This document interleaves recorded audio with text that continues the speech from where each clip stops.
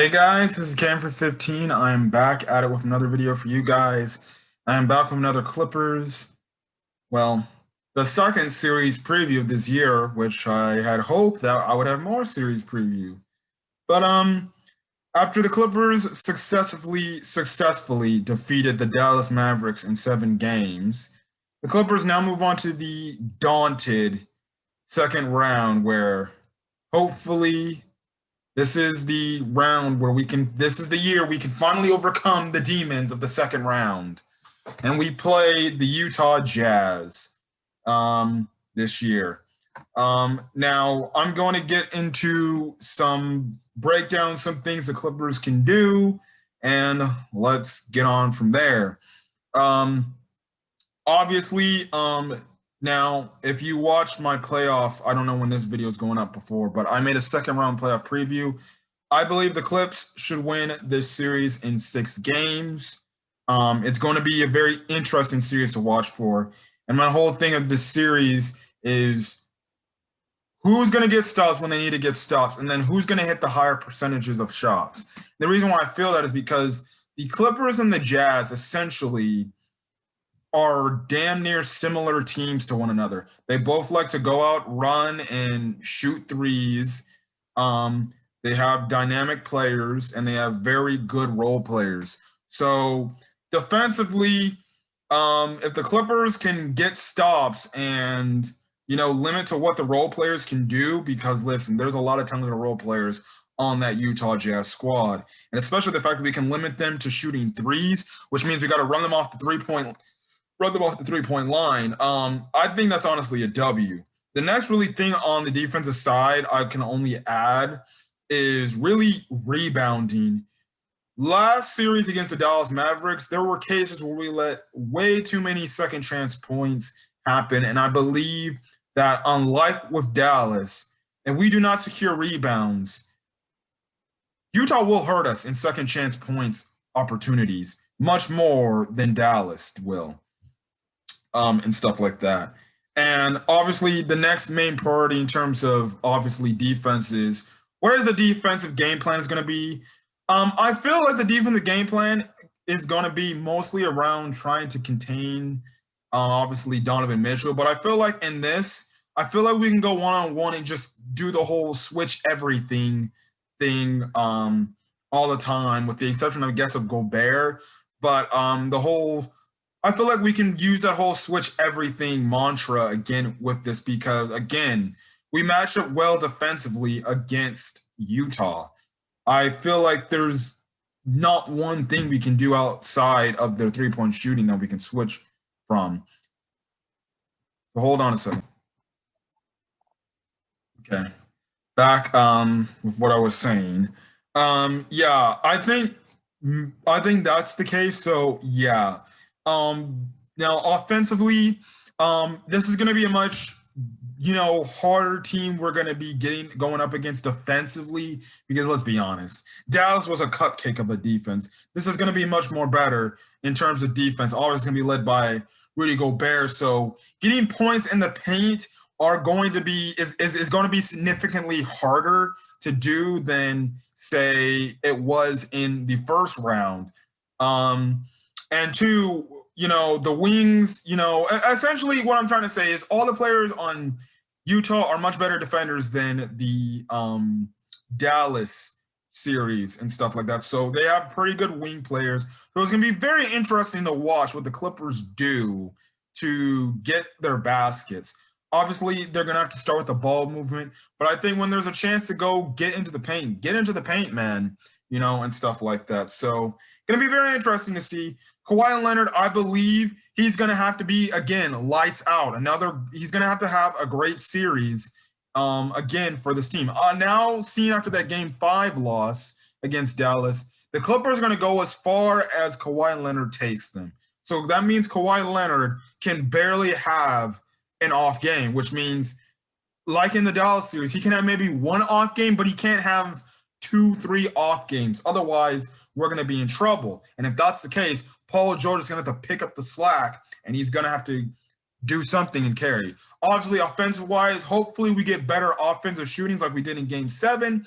of the closeout series against Dallas, where we have players like Marcus Morris, Batum, Reggie if he plays, players hitting shots at a high efficiency and hitting shots at timely, opportune moments. Again, obviously making shots at these timely moments are going to be big, especially changing momentum. I hope offensively the Clippers do a better job against the Jazz of when it's time to take a commanding lead, we take that commanding lead and we run with it. We don't, hang around, let the Jazz hang around when we have that chance.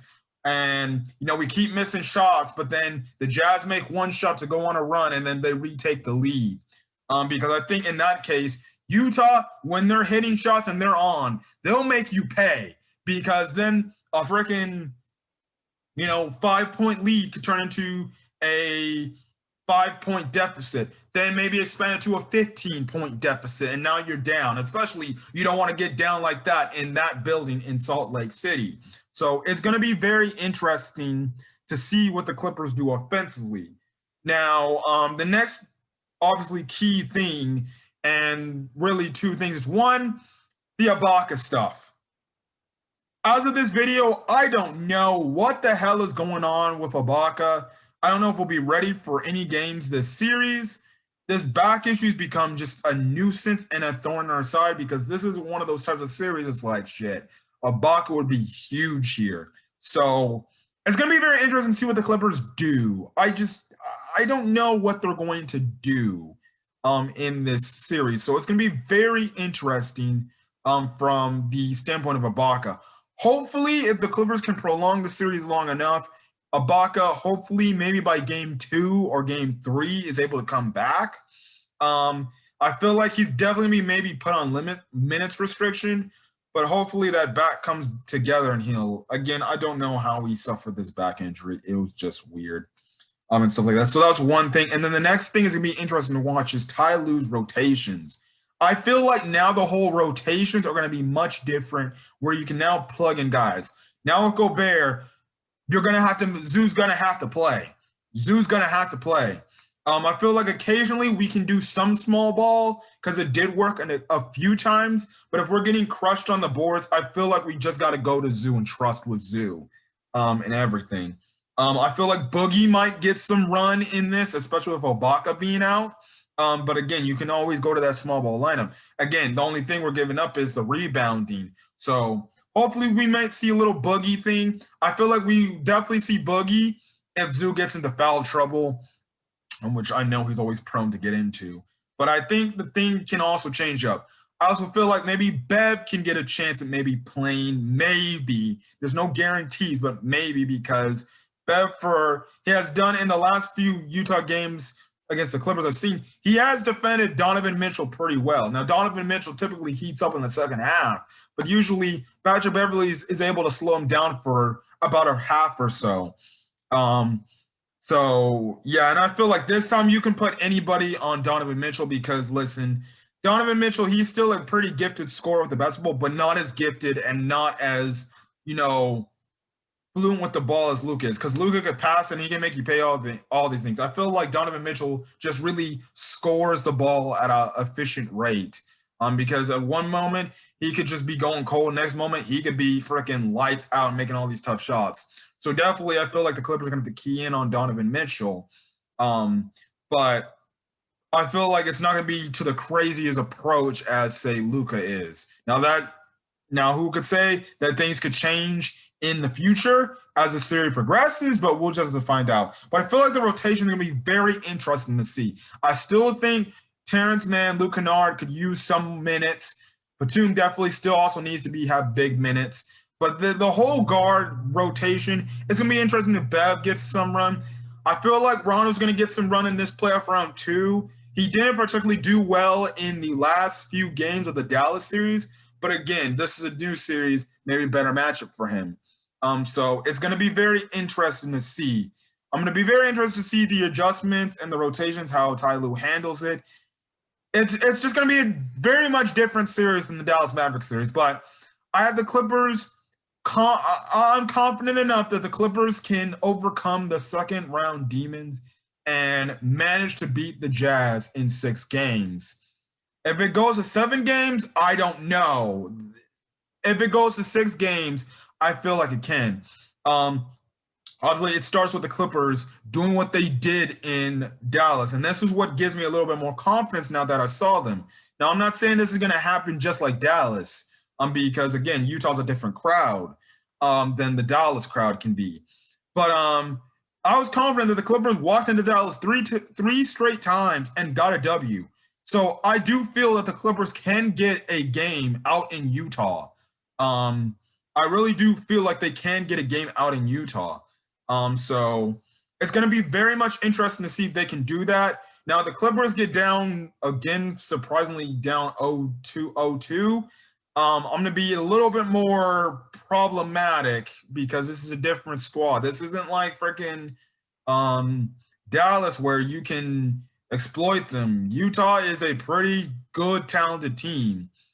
So it's going to be very interesting to see if the Clippers are going to do this. And I think with this last series they had with Dallas, I feel like they're going to bring it together and they're going to come together. And listen, I feel like that Dallas series can be the series where they look back and like, we can do this. Let's go take it one step at a time, one game at a time, and let's go out there and execute and beat Utah. I think Utah's beatable. I personally, in my opinion, think Utah is a fluky first seed. I feel like they're just a regular season team and stuff like that. And I feel like, and let's be honest, Utah had no competition in the first round in Memphis. Memphis got that one game because Donovan Mitchell didn't play. But at the same time, too, the thing is, even though Utah's defense is really good, there was a few times in that series with Memphis that Memphis almost made roaring comebacks against Utah. So the Clippers, with how we know their offense can be very efficient, we know that we feel like we can take them. Obviously, it's going to have to come down to who makes and misses more shots than not. Hopefully, Mike Conley isn't Clipper killer from his Memphis days, and hopefully he's a little bit more manageable. Hopefully Donovan Mitchell doesn't go off, and hopefully we can all pray that Jordan Clarkson shows up and goes cold. And because that's another aspect is that if he's on, he's on. And if he's off, he can be off. So it's going to be a very interesting series to see.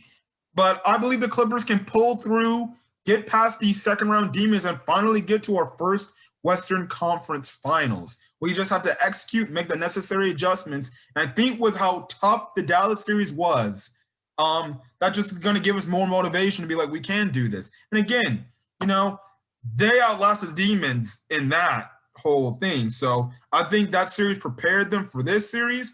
And again, it isn't going to be easy. The Clippers are going to have to go up into Utah and play this Utah Jazz team, play them hard, and get wins from these guys because these guys ain't going to back down. So yeah, other than that, that's kind of it. So if you guys like the video, leave a like, put in the comment section your thoughts on any other points that I failed to miss on things that the Clippers should do in order to beat the Utah Jazz, as well as hit that subscribe button to get more Clippers game recaps and more Clippers, hopefully 2 more series previews, which will be the Western Conference Finals and then hopefully the NBA Finals. But Clippers game recaps will start again back tomorrow night. Clippers Jazz game 1. Anyways, I'm gonna get out of here, guys. Hopefully you guys have a great rest of your day or night. We're checking out this video. Until then, guys, I'll see you guys next video. Peace.